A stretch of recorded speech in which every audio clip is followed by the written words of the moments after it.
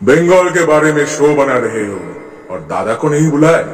নমস্কার, সুস্বাগতম। আপনারা দেখছেন জুডোস ধামাকার নতুন পর্ব। সাথে আছি আমি জুডো। 20 March Khakee the Bengal chapter এই ওয়েব সিরিজ মুক্তি পাবে নেটফ্লিক্সে। ক্রিয়েটর হলেন নীরজ পান্ডে। তা এইটার একটা প্রমোশনাল ভিডিও রিলিজ হয়েছে। এই প্রমোশনাল ভিডিওটি প্রডিউস করেছে SVF এবং এখানে আমরা দেখতে পাচ্ছি যে শুটিং চলছে খাকির। পরিচালক রূপে অভিনয় করেছেন অয়ন সেনগুপ্ত। অয়ন সেনগুপ্তকে সাম্প্রতিককালে আমরা অন্যভাবে দেখেছি। তিনি বাংলা টেলিভিশনের একজন পরিচিত পরিচালক, জনপ্রিয় পরিচালক, কিন্তু সাম্প্রতিককালে কাজের অভাবে তপন থিয়েটারের উল্টো দিকে তিনি ফাস্ট ফুড বিক্রি করেন। হ্যাঁ, আপনারা হয়তো অনেকেই জানেন সেটা। তিনি এখানে অভিনয় করেছেন পরিচালকের ভূমিকায়। দেখানো হচ্ছে যে অনেককেই অডিশন নেওয়া হচ্ছে। হঠাৎ করে হাজির পুলিশের পোশাকে স্বয়ং সৌরভ গাঙ্গুলি এবং তিনি এসে নানা রকম সিনে অডিশন দিচ্ছেন, কিন্তু সবের মধ্যে একটা ক্রিকেটীয় টাচ থাকছে। যেমন একজন অপরাধীকে ঠ্যাঙাতে বলা হয়েছে ডান্ডা দিয়ে, তিনি সেখানে বলছেন ক্রিকেটীয় বিভিন্ন শটের কথা, তারপর বলছেন আমি অফসাইডটাই প্রেফার করি। আর আপনারা সবাই জানেন যে অফসাইডে সৌরভ গাঙ্গুলির যে শট কি মারাত্মক লেভেলের তিনি খেলতেন। রাহুল দ্রাবিড় বলেছিলেন যে ঈশ্বরের পরেই অফসাইডে দেয়ার্স সৌরভ গাঙ্গুলি। তা অফসাইডের কথাটা বললেন, সেগুলো বেশ মজার হয়েছে। কিন্তু সৌরভ গাঙ্গুলিকে যেভাবে দেখানো হয়েছে, সৌরভ গাঙ্গুলি কিন্তু বেসিক্যালি এই টাইপের মানুষ নন।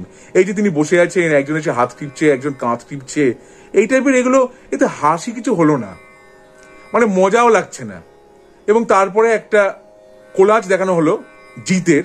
অর্জুন মৈত্র ডাকাবুকো পুলিশ অফিসারের ভূমিকা অভিনয় করছেন জিত এই ওয়েব সিরিজে, সেটা দেখানো হলো। তো 8 সেকেন্ড মে कैसे ये होगा সৌরভ গাঙ্গুলি বলে উঠলেন। তারপর পরিচালক রূপী অয়ন সেনগুপ্ত তিনি বলছেন যে মার্কেটিং করোগে এই সিরিজ কে লিয়ে।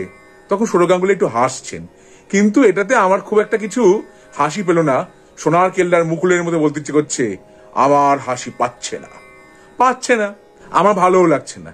এবার ওয়েব সিরিজটা যদি ভালো হয় দেখে আমি নিশ্চয়ই ভালো বলবো, দেখবার আগ্রহ তো আছে। সৌরভ গঙ্গোপাধ্যায়ের মতো আন্তর্জাতিক খ্যাতি সম্পন্ন একজন ব্যক্তিত্বকে নিয়ে এইভাবে যে উপস্থাপনা, সেটা আমার পছন্দ হয়নি। এতে হাসিরও তো কিছু হলো না। আমাদের এখানে যেসব হাসির সিরিজ হয় সেগুলো দেখে কি আপনার হাসি পায়? সেগুলো দেখেও তো বলতে ইচ্ছে করে হাসি হচ্ছে না, অতি অভিনয় হয়। অনেক ওয়েব সিরিজে হয় যেগুলোকে হাসির বলে চালানো হয়, কিন্তু হাসি তাতে হওয়াও থাকে না। সেরকমই হয়েছে একটি প্রোডাকশন, এটা আমার ভালো লাগেনি। গ্রেগ চ্যাপেলের মতো একজন ব্যক্তিকে হাজির করা হয়েছে সৌরভ গাঙ্গুলির মধ্যে আগ্রেশনকে জাগাবার জন্য। সৌরভ গাঙ্গুলির আগ্রেশন জাগাবার জন্য গ্রেগ চ্যাপেলকে আনবার প্রয়োজন আছে কি? তার যা তেজ, যা তিনি দেখিয়েছেন মাঠে ময়দানে, তার জন্য গ্রেগ চ্যাপেলকে নতুন করে আনবার কোনো প্রয়োজন হয় না, বা সেটা মনে করবার কোনো প্রয়োজন হয় না। আরেকটা দৃশ্য দেখলাম কিনা অদ্ভুতভাবে তার হাত কাঁপছে, এটাও কি ব্যাপারটা ঠিক বুঝে উঠতে পারলাম না। যখন ঘোষণা করা হয়েছিল আমার কিন্তু একটু আশা ছিল যে অন্যরকম হবে, কারণ সৌরভ গাঙ্গুলি নেটফ্লিক্সের সিরিজের জন্য প্রচার করছেন, এটা একটা ইউনিক ব্যাপার তো বটেই, ভালো তো লাগবেই, কিন্তু ভালো লাগলো না আমার। এই প্রমোশনাল ভিডিওতে অভিনেতা দেবাশিস রায়ও অভিনয় করেছেন, যিনি এই ওয়েব সিরিজেও অভিনয় করেছেন। এবার সিরিজটা দেখে কেমন লাগে তার জন্য 20 মার্চ অব্দি অপেক্ষা করতে হবে, দেখবার পরই বলতে পারবো। আমার এই ভিডিওটা কি আপনার ভালো লেগেছে? আমার ভিডিও ভালো লেগে থাকলে অবশ্যই লাইক করুন, শেয়ার করুন, সাবস্ক্রাইব করুন আমার চ্যানেল এবং আমার ফেসবুক পেজ জুডোস ধামাকা, সেটাকে লাইক করুন, ফলো করুন। পরের পর্বে ফিরছি নতুন কোনো চমক নিয়ে, নতুন কোনো ধামাকা নিয়ে।